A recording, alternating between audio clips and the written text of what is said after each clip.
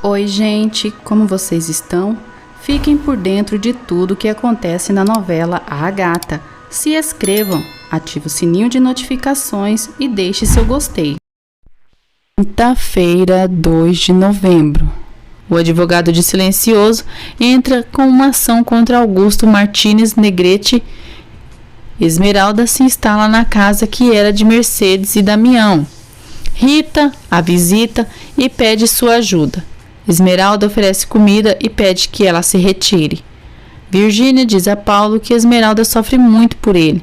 Ela recomenda que ele vá atrás dela, pois tudo o que disseram sobre ela poderia ser mentira. Lorena pede a Augusto que faça algo para impedir que Paulo procure Esmeralda. Ele responde que Rita está ajudando. Rita vai atrás de Domênico e ele diz que a maldita gata o devorou como se devora uma presa. Rita diz a Domênico que vai ajudá-lo a se vingar da gata por ter o desprezado. Augusto relembra à esposa que ela foi sua cúmplice em tudo, gozou de todos os privilégios da riqueza e que agora é tarde para arrependimentos. Ele diz que os dois vão assumir juntos a responsabilidade do que fizeram. Silencioso pede a Damião que convide Esmeralda para jantar em sua casa no dia seguinte. Damião vai atrás dela e diz que o Silencioso a convida para jantar em sua casa e revela que Augusto Negrete é o responsável por ele ter passado vários anos na prisão. Esmeralda fica surpresa. Augusto diz a Lorena que a velha Rita é capaz de vender a alma para o próprio diabo em troca de migalhas. Lorena descobre que Paulo saiu e fica furiosa pensando que ele foi atrás da gata. Paulo vai à cabana de Dona Rita procurar Esmeralda, encontra Domênico e diz que quer falar com ela. Domênico o confronta e pergunta o que ele quer falar com sua mulher. Domênico diz a Paulo que ele e Esmeralda tiveram um bebê. Dona Rita confirma a mentira. Paulo, furioso, pede a ambos que digam a Esmeralda que ela nunca valeu a pena. Paulo vê Esmeralda. Ela corre até ele, mas Paulo se afasta sem escutá-la. Esmeralda sofre pelo desprezo de Paulo.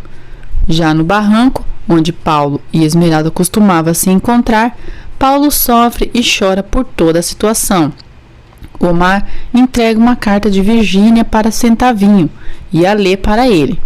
Esmeralda diz a Jacira que Paulo procurou por ela, porém não quis ouvi-la. Jacira pede que Esmeralda o esqueça. Ela estimula que Esmeralda se vingue de Paulo ficando melhor do que ele. Centavinho diz a Omar que Virgínia é a mulher de sua vida e que até o dia de sua morte ela estará em seu coração.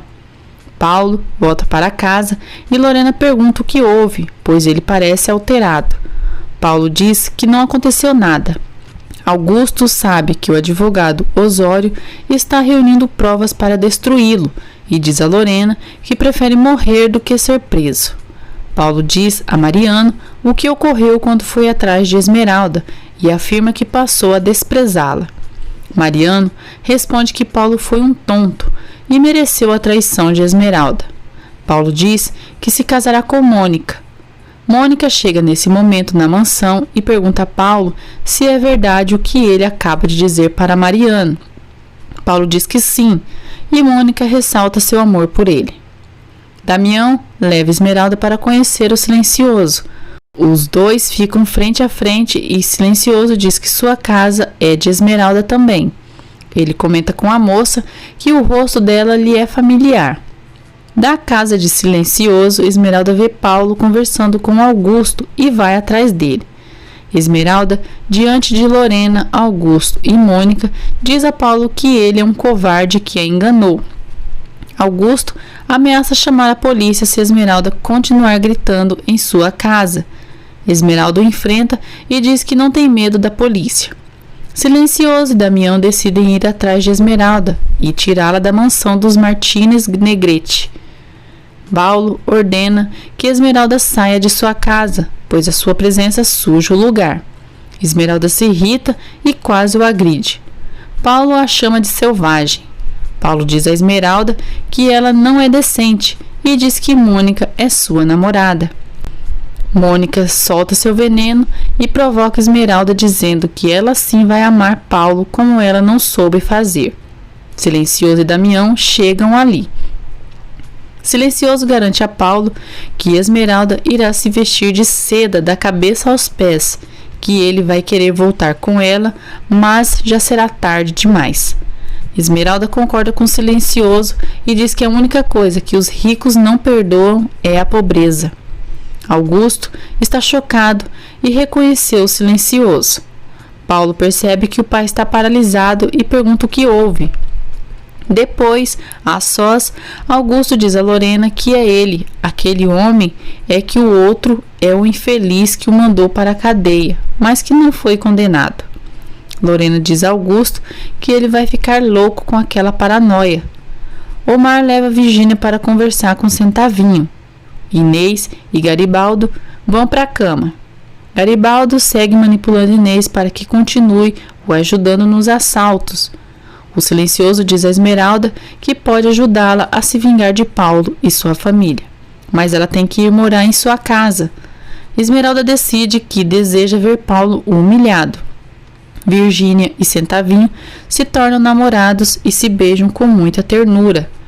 Damião diz a Esmeralda que Paulo é tão canalha quanto seu pai e tão mau caráter igual a sua mãe. Silencioso tenta se aliar com Esmeralda para ajudar em sua vingança contra os Martínez Negrete.